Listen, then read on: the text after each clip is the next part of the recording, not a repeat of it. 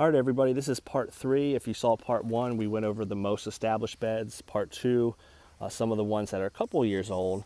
And we also started a fragrance garden with a second phase with things like Dolly Parton and Double Delight and Mr. Lincoln. Continuing that theme in phase 3, this was spring and summer of 2019, so last year. Planted Pope John Paul. These came via Weeks, actually via Witherspoon up in Durham, North Carolina. You're pretty much just getting them from Weeks, so they supply them to Witherspoon and they send them out. So these are Weeks roses. They were okay. I was not as impressed with really anything mail order, root system or cane wise, as I am Palatine, but they're doing all right. This is the second year. I really do like this rose Secret. It's been around for a while. Great form. And like Crescendo, a rarity in that it has exhibition form. Again, that's a queen bloom there, a tight center, good coloring, and it's very fragrant. So that's rare. Again, usually exhibition roses don't have fragrance, and fragrant roses don't have exhibition form. My issue in the garden, look at these brown spots. I have a tremendous case of thrips. I've been trying to spray for them, but any of my light color blooms just don't look like they did up north because of the amount of thrips. We'll continue over here because most of these are fragrant. Pope John Paul, I mentioned Secret, has the form and also the fragrance. And then the last one is Fragrant Cloud. Beautiful orange rose. Again, these 3 came via Weeks, via Witherspoon. They're doing all right. This is the second year. They're taking a little bit longer. But again, those blooms at Secret are awesome.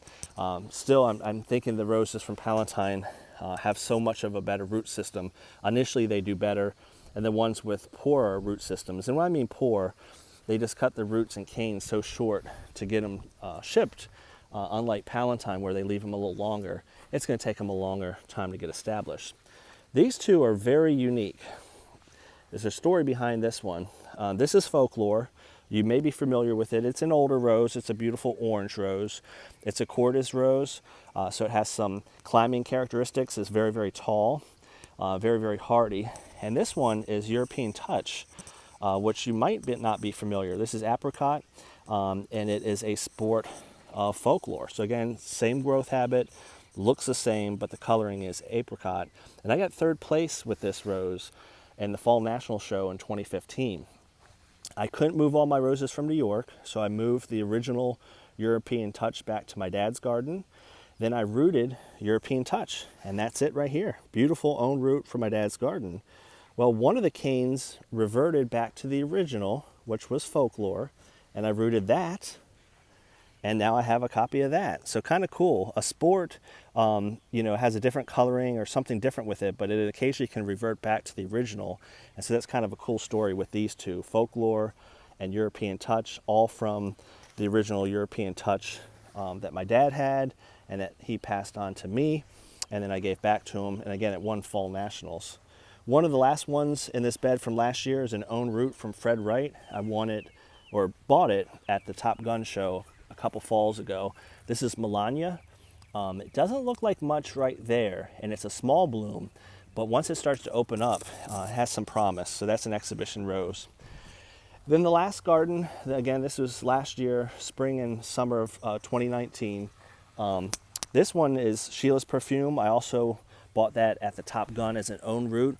It's a Floribunda, very, very small right now because it's own root. It hasn't gotten its legs yet, but outstanding fragrance and coloring. Signature, put in the garden last year. This is an older exhibition rose from the 90s, but as I move these leaves out of the way, you see why it's an exhibition rose. Look at that form. On a small bush like this that's not established, that's amazing. I did get 2 Louise Estes from Steve Singer last year. I showed you one on part 2.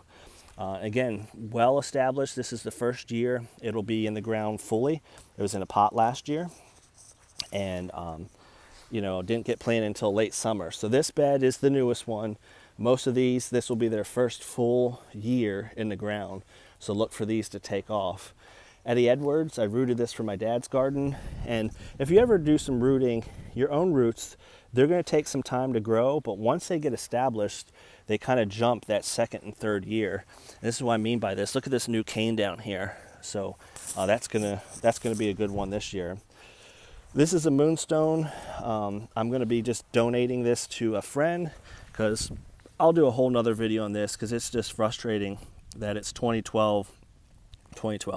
It is 2020. We're still dealing with virus. Let me see if I can find one of the older ones. There we go.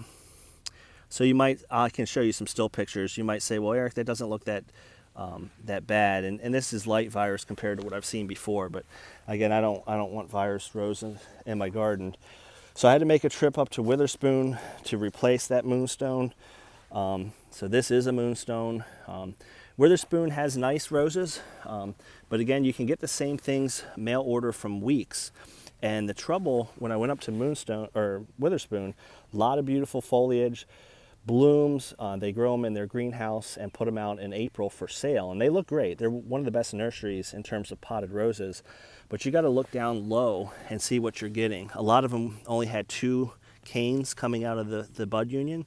I purposely got this one, even though it was smaller on top, didn't have as many blooms. Yet I'm planning for the long term, and that has 4 canes.